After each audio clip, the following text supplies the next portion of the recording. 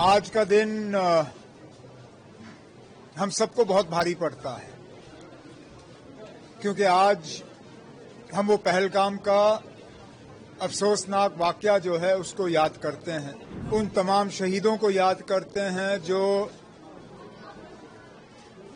गोलियों के शिकार हुए, आए थे छुट्टी मनाने के लिए, और उन टेररिस्ट ने इन लोगों को निशाना बना के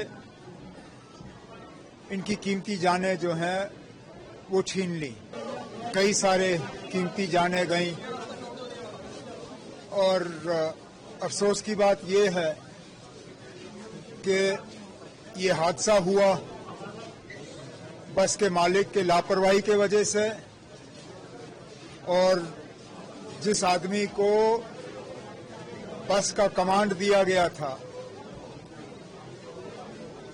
जो इस बस का असली ड्राइवर था नहीं, असली ड्राइवर छुट्टी पे जाने के वजह से बस के मालिक ने एक ऐसे बंदे को स्टीयरिंग थमा दिया जो कल तक ट्रक चला रहा था। और हम ये भी नहीं कह सकते कि इन लोगों के खिलाफ हुकूमत कार्रवाई नहीं करती, क्योंकि जब इस बस का हमने पीछे का रोल देखा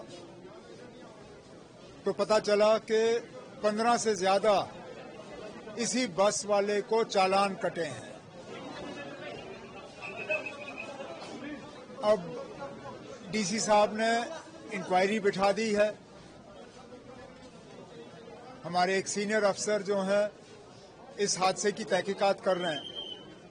तहकीकात हो जाने दीजिए, अफसर का रिपोर्ट आ जाएगा, उसके बाद उनमें उस रिपोर्ट में जो रिकमेंडेशंस होंगे, रिकमेंडेशंस पे अमल किया जाएगा। न रोड में कोई कमी नहीं थी। आप अगर फोटो देखें, रोड के अगर हालात खराब होते तो शायद ये हादसा होता नहीं, क्योंकि उस बस को फिर मजबूरन आहिस्ता चलना पड़ता। मुसीबत यह है कि हम सड़क तो ठीक करते हैं, लेकिन गाड़ी चलाने वालों के दिमाग हम ठीक नहीं कर सकते। वो रॉन्ग साइड पे गाड़ी चलाएंगे, स्पीड ज्यादा करेंगे, ओवरलोडिंग ज्यादा करेंगे।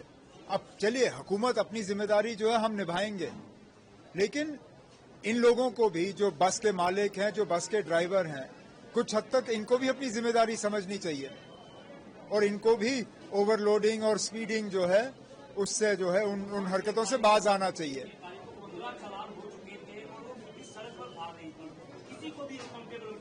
अकाउंटेबल, अगर उसको चालान नहीं हुए होते तो अकाउंटेबल कहाँ नहीं होता वो।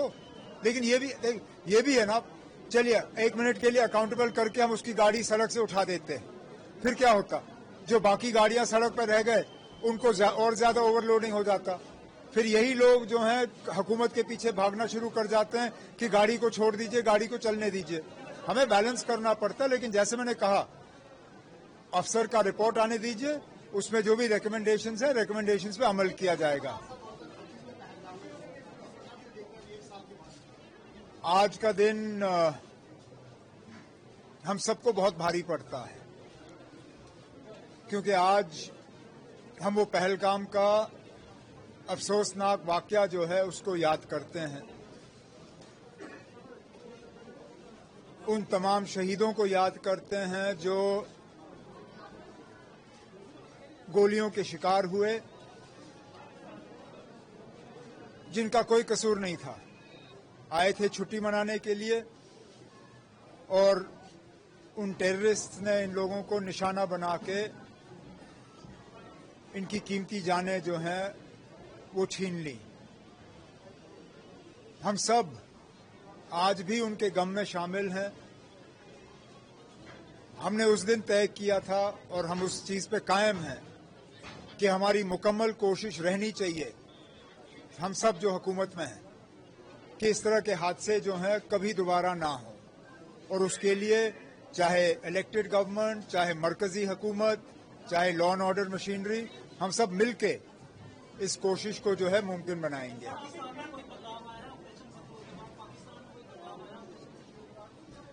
ना वो तो आपको उन लोगों से पूछना होगा जिनके पास इस तरह की इंटेलिजेंस रिपोर्ट्स आ जाती हैं। मैं तो सिर्फ आपसे ये कह सकता हूं कि हमारी मुकम्मल कोशिश रहेगी कि इस तरह के हादसे, इस तरह के हमले अगर पाकिस्तान चाहे भी तो हम इनकी होने की इजाजत नहीं देंगे। यही हमारी कोशिश रहेगी।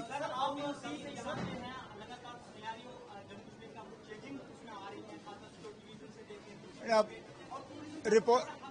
रिपोर्ट कार्ड देना आपका काम है ना, हमारा काम है कोशिश करना।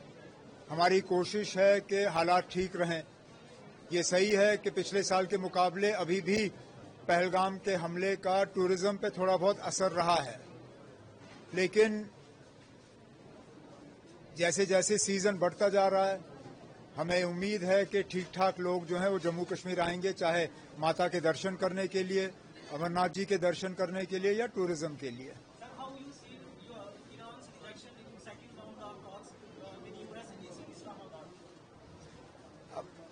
हम तो चाहते हैं कि जंग खत्म हो। ये जंग होना ही नहीं चाहिए था।